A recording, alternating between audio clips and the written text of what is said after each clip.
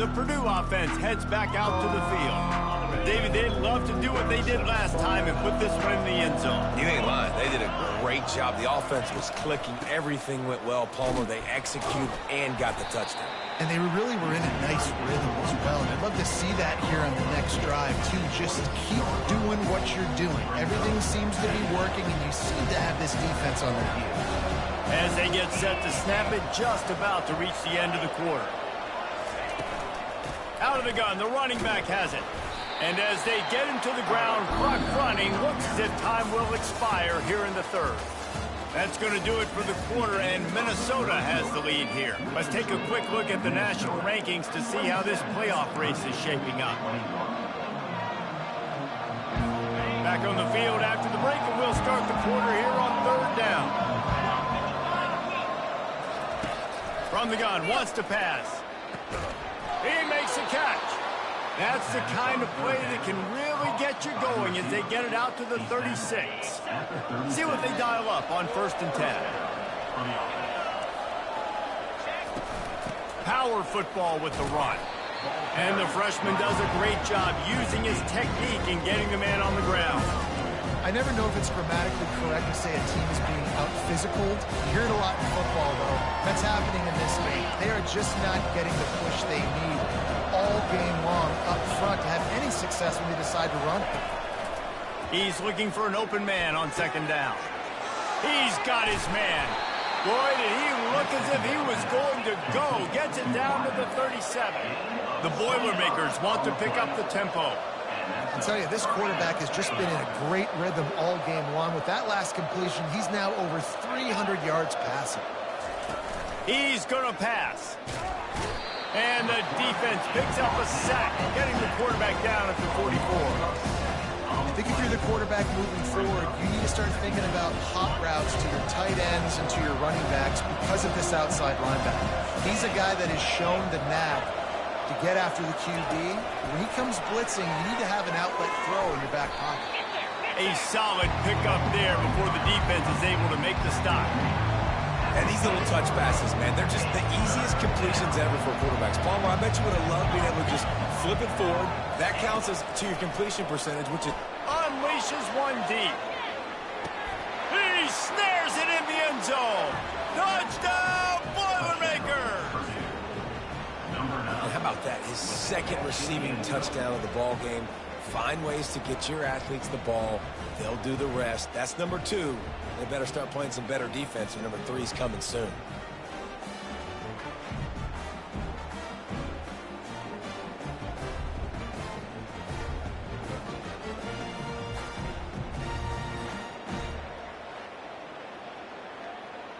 Lining up to add another.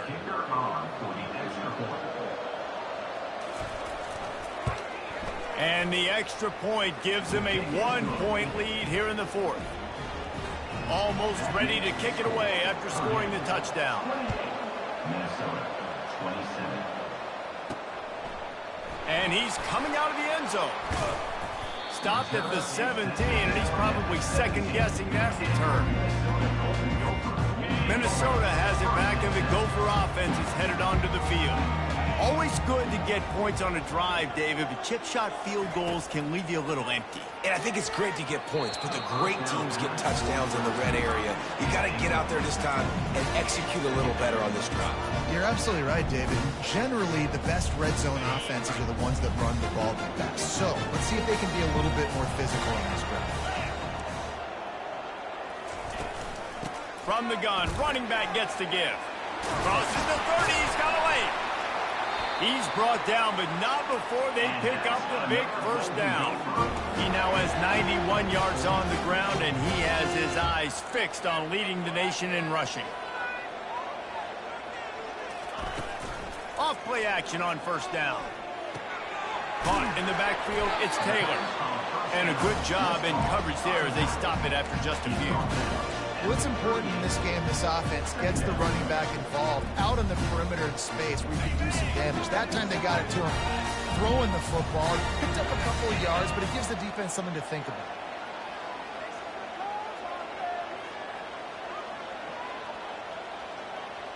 A little pre-snap eye candy for the defense. caught in the backfield. It's Taylor. And good blocking in space out there to give him enough room to pick up the first down. You know, it's a nice throw by the QB there. When you're throwing to running backs, you got to make it easy on them. So you want to put it right on their body, make the catch simple, and let them go to work like they did just there, getting that first.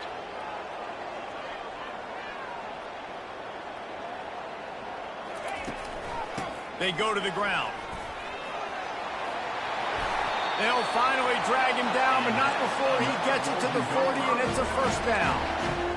First down, physicality wins football games. Being able to run the football and create balance. And right here, just choose up another first down. Gives you another chance to maybe continue to run the football. And I feel like this guy, too, is just an explosive play waiting to happen. His vision, his quickness, and he's got a burst. If you give this guy just a crease, he's going to hit it. And right now, he's doing some damage on this defense. Out of the gun to give to the back. And he does a really nice job finding open space and making a good gain before the stop is made.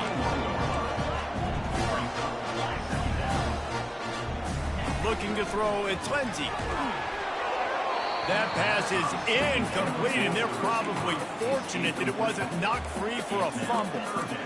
One possession game. You have got to be able to give your quarterback an opportunity to survey the field. He didn't have it that time. Got hit, it affected the accuracy, and it falls incomplete. They'll stick to the ground looking for the marker.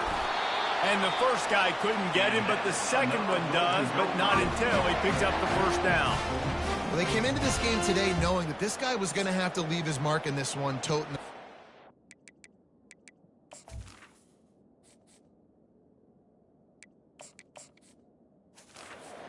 He's come up with some big plays, and he continues to do that here late at a juncture where they've got to continue running it if they're going to win. And the Golden Gophers getting set on 1st and 10. He's dropped behind the line of scrimmage. That'll be a loss of 3. How about the defensive end understanding football, understanding that I got to keep outside contain. I'm responsible for the quarterback. Good job playing his responsibility. And how about getting that sucker on the ground? He's a pretty good athlete to be able to corral him, tackle him right in the middle of the field, and get him to the ground. And that defense is there to guide him out of bounds after a short gain.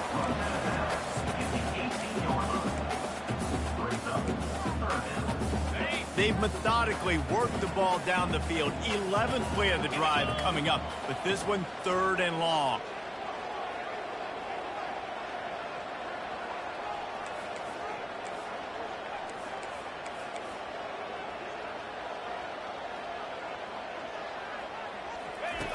They'll go to the air. He took a hit as he threw it and couldn't deliver the football. It's incomplete, and 4th down's coming. So now we'll line up for one of the biggest kicks of this game. Never a doubt. Hold on just a second, guys. Flag on the play. Personal foul. Roughing the kicker. Defense. Might be the worst-case scenario for this defense. Thought they'd held them to 3. Now the offense with a chance for more. The Golden Gophers have it in scoring position on 1st and goal. Looking to pass. It's Lindsey. He caught it. They've got it down to the 3-yard line. Really well done on that throw and catch. We'll see if the offense can punch it in on 2nd and goal.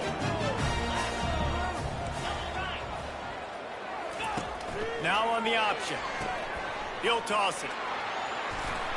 He works his way ever closer all the way down to the 1-yard line. And you know exactly what time it is when you get down here in the red zone. You got to be able to run the football. But when you got a back like this who punches the ball in the end zone consistently almost every single game, you are going to feed that animal the rock. Trying to get it done with the run here on 3rd and goal. Touchdown, Golden Gophers!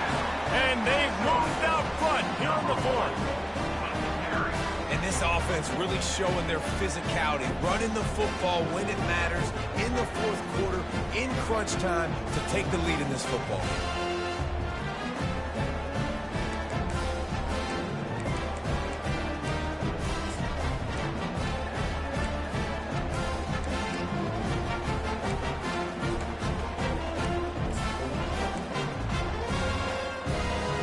Here comes the two-point try. Wants to go up top. He's got it for the two-point conversion. Gotta love the execution. Not easy to throw down here, but the quarterback made a good read, accurate throw, and they come away with 2 points. About to kick it off after punching it in for the touchdown.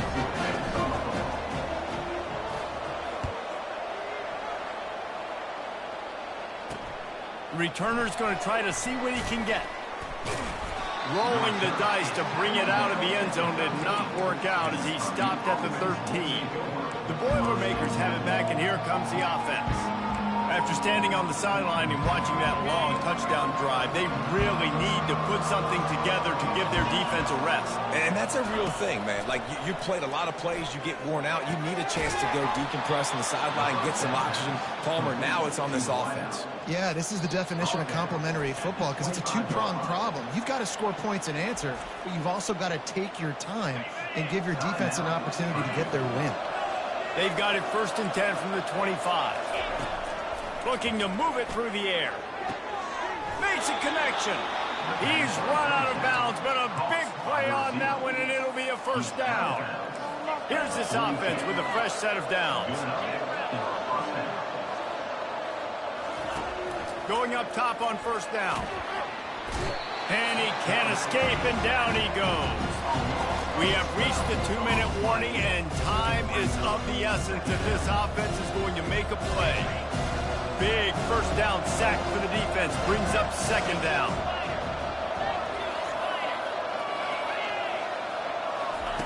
He's looking to throw. And he was hit just as he was releasing the pass, and it falls to the ground incomplete. This really has been a masterclass by the quarterback with decision-making, right? We've already seen him throw multiple touchdown passes in the game. He's understood when to take his shots and when to throw it away. Lofts one high and deep. And the pass hits, picked off. Going the other way, and he's got room. And they'll close in on him after a good return on the interception. When you're down late in the game, you got to make plays. It's really tough not to force the football. You can tell the quarterback forces the football. Defense comes up with a huge interception.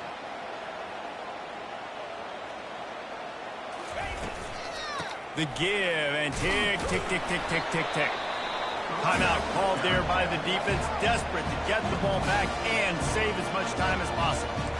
You know, as a defense, you kind of want to force the give on the RPO. You want them to run the football, and you can tell maybe the quarterback wishes he pulled this. Small gain, but some information you gathered maybe for the next time you get to run an RPO. At this point, the defense has little choice but to sell out to stop the run on 2nd and 7. They'll try the right side. Solid fundamentals on that tackle from this freshman. Quick timeout called by the defense, stopping the clock to save as much time as possible for their offense. This defense will try to force a 4th down on 3rd and short from the 45. Scanning the field, it's Lindsey. It's complete on the right side. And it is well blocked as they pick up enough for a 1st down. Well, this guy's been a go-to guy for this offense all game long. We've seen that, and here on a critical 3rd down late in the game with the lead, guess who shows up with another big one? That guy. And the Golden Gophers with the 1st and 10.